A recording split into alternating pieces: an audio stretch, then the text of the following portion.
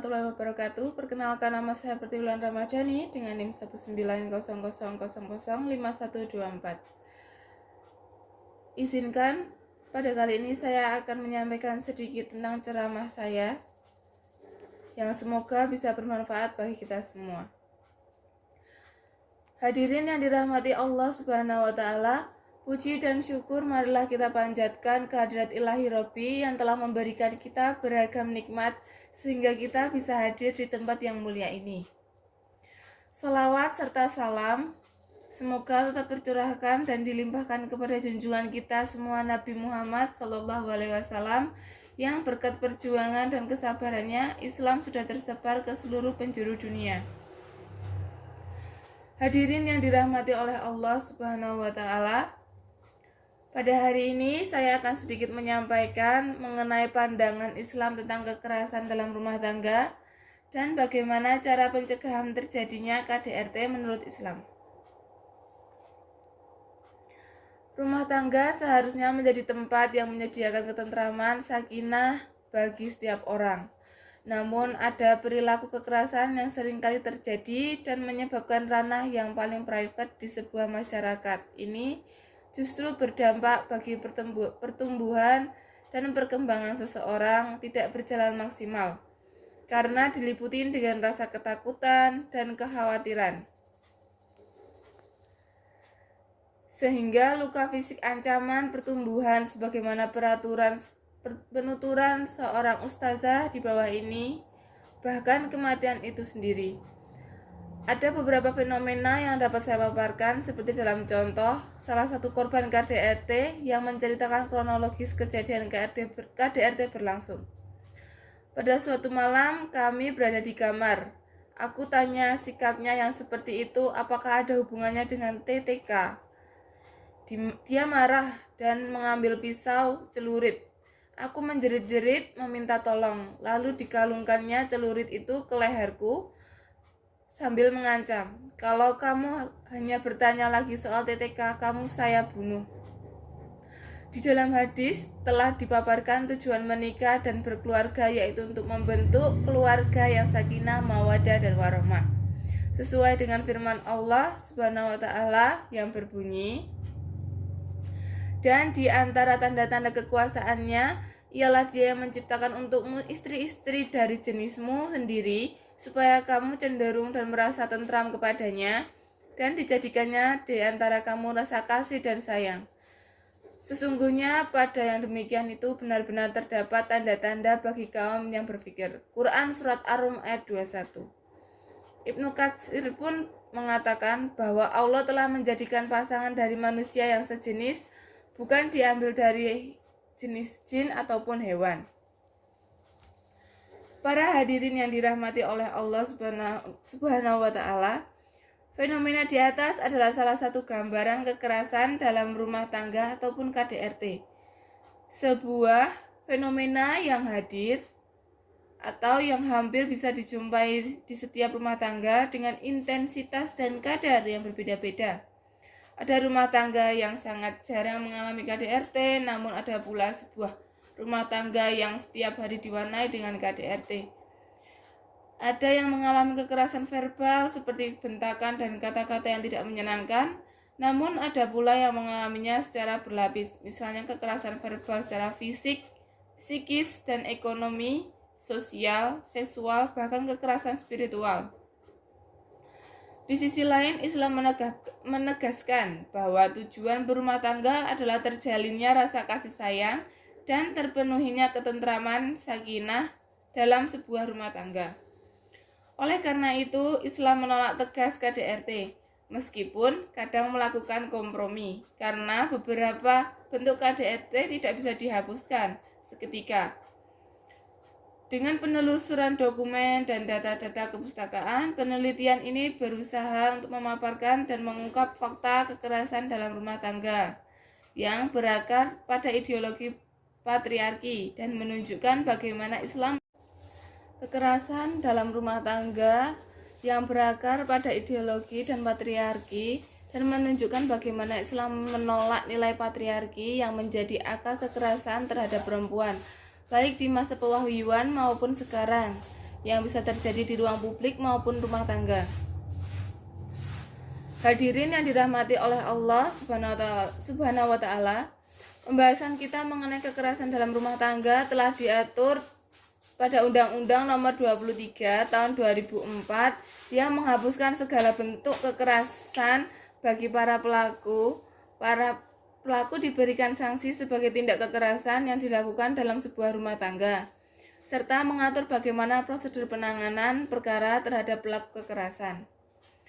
Adanya kekerasan di rumah tangga seringkali dipicu oleh permasalahan seperti kurangnya kepercayaan antara suami istri, dan ada pula kurangnya rasa respek antar sesama. Hal tersebut menjadi pemicu awal terjadinya kekerasan dalam rumah tangga. Di antara wujud KDRT yang terkadang terlupakan di antara kaum muslimin adalah perasaan benci kepada pasangan. Seorang suami menzalimi istrinya dengan ucapan-ucapan pedas, bersikap kasar dan terlalu menuntut kesempurnaan dari pasangannya. Dia melupakan bahwa istri pun memiliki kelebihan di samping kelemahan yang memang setiap orang tidak bisa terlepas darinya. Allah telah berfirman, "Dan pergaulilah dengan mereka istri secara patut, kemudian bila kamu tidak menyukai mereka, maka bersabarlah, karena mungkin kamu tidak menyukai sesuatu, padahal Allah menjadikan padanya kebaikan yang banyak." Quran Surat An-Nisa ayat 19. Rasulullah SAW bersabda, Allah tidak akan melihat istri yang tidak bersyukur kepada suaminya, padahal ia selalu membutuhkannya. Diriwayatkan oleh Al-Bazzar dan Al-Hakim. Hadirin sekalian yang dirahmati oleh Allah Subhanahu wa Ta'ala, ada pun beberapa hal yang dapat menimbulkan KDRT, antara lain sikap nusyus istri ataupun suami, yaitu sikap membangkang terhadap kewajiban-kewajiban dalam kehidupan perkawinan, seperti istri tidak mau melayani suami padahal tidak ada uzur seperti haid ataupun sakit. Yang kedua, lemahnya pemahaman ataupun pengalaman ajaran Islam oleh individu umat Islam. Tidak adanya ketakwaan pada individu, lemahnya pemahaman relasi suami istri dalam rumah tangga, dan karakteristik yang temperamental juga sebagai pemicu bagi seseorang untuk melanggar hukum syariat. Yang ketiga, di sisi lain juga disebabkan adanya faktor ekonomi pendidikan yang rendah, cemburu, dan lain sebagainya. Kekerasan dalam rumah tangga yang disebabkan faktor ekonomi bisa digambarkan karena minimnya penghasilan suami dalam mencukupi kebutuhan rumah tangga. Terkadang adanya istri yang terlalu banyak menuntut untuk memenuhi kebutuhan rumah tangga, baik kebutuhan sandang, pangan, maupun kebutuhan pendidikan. Dari situlah berawal pertengkaran antara suami dan istri, yang pada akhirnya menimbulkan kekerasan dalam rumah tangga. Kedua belah pihak tidak lagi saling mengontrol emosinya. Lalu bagaimana cara untuk mencegah kekerasan agar tidak bisa terjadi dalam kehidupan rumah tangga? Para hadirin yang dirahmati oleh Allah, ada pun beberapa cara untuk dapat dilakukan mencegah kekerasan dalam rumah tangga menurut ajaran Islam, yaitu dengan cara yang pertama dengan membangun kepercayaan dengan pasangan kita dan memberikan rasa respek terhadap pasangan. Yang kedua dengan membangun rasa takwa dan pengajaran keagamaan sesuai firman Allah. Hai orang-orang yang beriman, peliharalah dirimu dan keluargamu dari api neraka. Surat At-Tahrim ayat 6.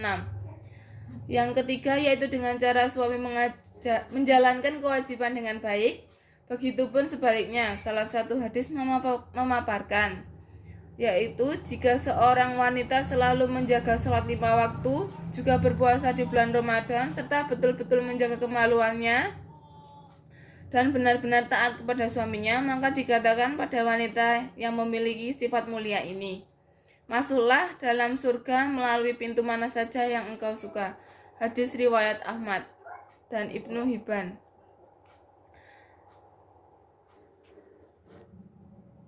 Syahih Syuaib Al-Arnud mengatakan bahwa hadis ini sahih. Yang keempat, yaitu lebih mengalah dan memaafkan kesalahan dari pasangan kita.